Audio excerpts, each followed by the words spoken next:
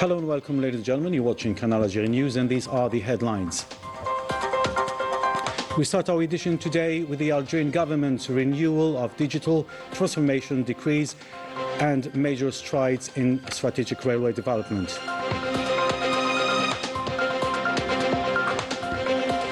The Algerian Innovation Delegation strengthened cooperations with Japan to boost knowledge economy, and the 7th Algeria Startup Challenge draws a record participation. Moroccan struggles amid economic strain and crackdown on demonstrations. Welcome back. Prime Minister Sefi Gharieb chaired this Monday a governmental meeting elaborating many topics of great importance, starting with a draft executive decree setting out the conditions and procedures of the approval of electric communication equipment, emphasizing on their conformity to norms and standards. A draft presidential decree regarding the national governance system of data was also discussed, carrying out the President of the Republic instruction regarding the national policy about digital transformation. The discussion continued with a presentation regarding the recent developments in the railway lines in the east and the west of the country, mainly the ones linking Bishar to Tindouf with 575 kilometers railway line in the framework of the Garaj Bilad project, and the other one concerning the Annaba Jbal al-Anq in Tbissa with a 422 kilometers railway line in the framework of the integrated phosphate project. Within the participation of the Minister of State, Minister of Hydrocarbons and Mines, Mohamed Al-Raqab, in the 21st session of the General Conference of the UN Agency for Industrial Development, and during the session titled Unlocking the Potential of Clean Hydrogen Thanks to Investment and Innovation, Al-Raqab reaffirmed Algeria's commitment to jointly work with partners and international institutions to accelerate the world energy transition, reinforcing clean hydrogen's role as an essential pillar for sustainable and resilient industrial development. The Minister of State. Algeria has made the strategic choice to make clean hydrogen a major focus of its energy transition.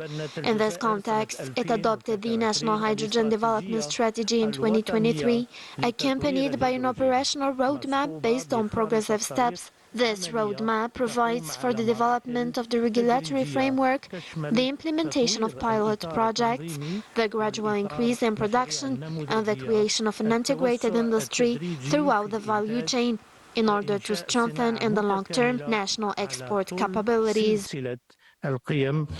Mohamed Al-Raqab has also had bilateral meetings with the Minister of Energy of the Kingdom of Saudi Arabia, Abdulaziz bin Salman bin Abdulaziz. Both parties highlighted the profound historic relations between Algeria and Saudi Arabia, as well as the shared will to elevate and level of bilateral cooperation in the field of hydrocarbons and mines, while strengthening the partnership between Algerian and Saudi companies like Sonatrach and Aramco. The State Minister had the opportunity to meet the Secretary General of the International Forum of Energy, Jassim al-Shirawi, with whom he explored the means to develop and promote bilateral cooperation. The Minister of State also met the General Director of the UN Agency for Industrial Development, Gerd Müller, which served as a reminder of the excellent relations that unite Algeria to the UNID. Let's head now to Tokyo, where an Algerian entrepreneurship delegation, accompanied by members of our national community established in Japan, were received at the Algerian embassy, a visit to reinforce these ties and to discover Japanese experience with main objective of guiding Algerian startups and developing cooperation. More details with Amira Rania Bahri.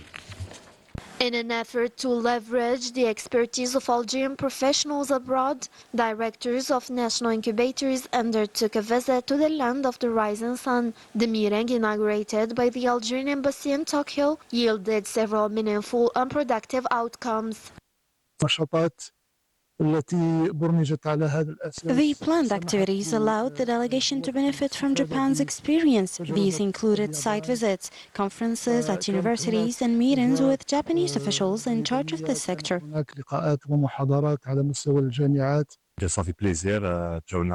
It was a pleasure to welcome our guests from Algeria, particularly the startup founders who have promising ideas that can contribute to the development of the Algerian economy.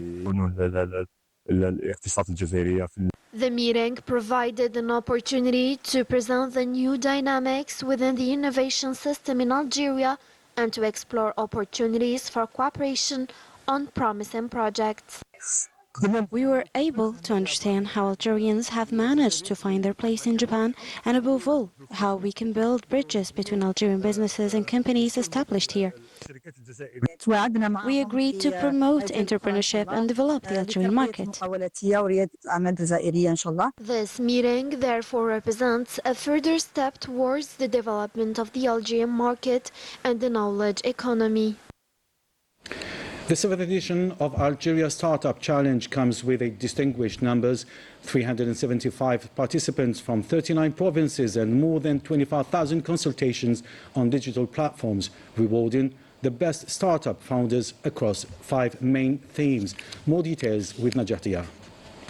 The 2025 Algerian Startup Challenge spotlighted 5 key themes: hygiene and well-being, insurance, circular economy and green solutions, digital inclusion and risk reduction, drawing outstanding participation from innovators across the country. For its 7th edition, this program saw strong participation, 375 startups from all corners of the country, as well as Algerian startup founders established abroad.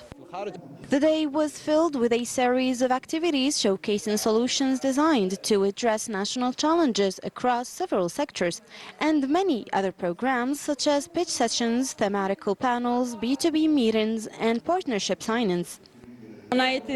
We were pleasantly surprised because it started simply as an idea. It has been 1 year, and it's always gratifying to see our idea being valued. We are very happy to have won this prize. Our project came from a very simple idea, transforming sheep wool and skin into organic fertilizer, which is very useful in the agricultural sector. I am very happy to have reached the final today. To be among the finalists out of all the participating companies, I really encourage all startups, companies and project holders to join this approach. The innovation made in Algeria is now ready to move to the next level and play a key role in the country's economic development, as was perfectly demonstrated once again in the 7th edition. Months have went by and Moroccan screams are yet to be heard by the Mersin regime. Between increasing life expenses and unreliable public services, the people can only protest, while the government meets peace with violence and repression. Minal Boubaga. Daily life is becoming increasingly difficult in Morocco, with a social crisis that is worsening by the day, as the majority of the Moroccan population lives in precarious conditions and struggles to make ends meet. Yet, the Mersin continues to look the other way. We just want to know why the previous council excluded us from the rehabilitation project, and why the current council has done the same. They issued 2 calls for tenders, one for rehabilitating the roads, and we are not included in it. Another one to redevelop the land, yet the roads are completely degraded. Behind this social collapse lies a system that is running out of steam, unable to find a solution to the misery afflicting its people. It prefers to rely on repression to govern. I have many illnesses, diabetes, high blood pressure, and I work until morning here. Do you think that's enough for me to pay rent? While unrest persists among citizens, the Mersin stands its ground, despite the cries of distress from its people. The Sahrawi Arab Democratic Republic participates in the 7th AU-EU summit, therefore emphasizing international acknowledgement of its sovereignty and ongoing struggle against Moroccan occupation. Details with Najatiya. During the 7th African European Summit in Angola, the Sahrawi President Ibrahim Ghali gave a statement regarding the importance of the Sahrawi cause, specifically in achieving peace and security in the African continent, adding that the Sahrawi Republic foresees the European Union's role in resolving armed conflict in Africa, ensuring each country has the right to self-determination.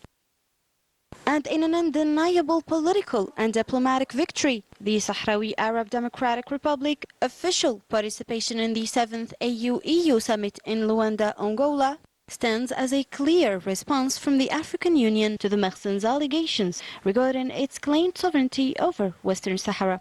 Hamdi Al-Khalil Mayara, the Sahrawi ambassador to Angola, views this as an essential advancement on the path to the self-determination referendum and the full restoration of the Sahrawi sovereignty. The ambassador praises the African Union, which has lately been attacked by the Mersin media for admitting the Sahrawi Republic to the summit, and reaffirming the existence of the Sahrawi Arab Democratic Republic, which is fighting for its liberation from the Moroccan rule. An investigation aired by the DW channel has further confirmed the practices of the occupation, under which the Sahrawis continue to face repression and the plundering of their resources. Zone or the refugees, because as you know, the Sahrawis have been divided by this conflict, by the situation. So it's hard to give actual numbers, and that's always a question people ask, but you could say probably roughly about half the population are still under the occupation in Western Sahara.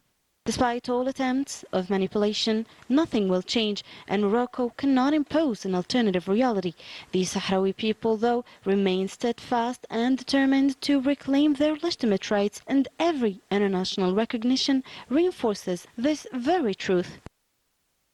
Well, that was it for tonight. On behalf of all the team that made this broadcast possible, I do thank you for watching us. Stay tuned on Canal Algérie. Bye for now.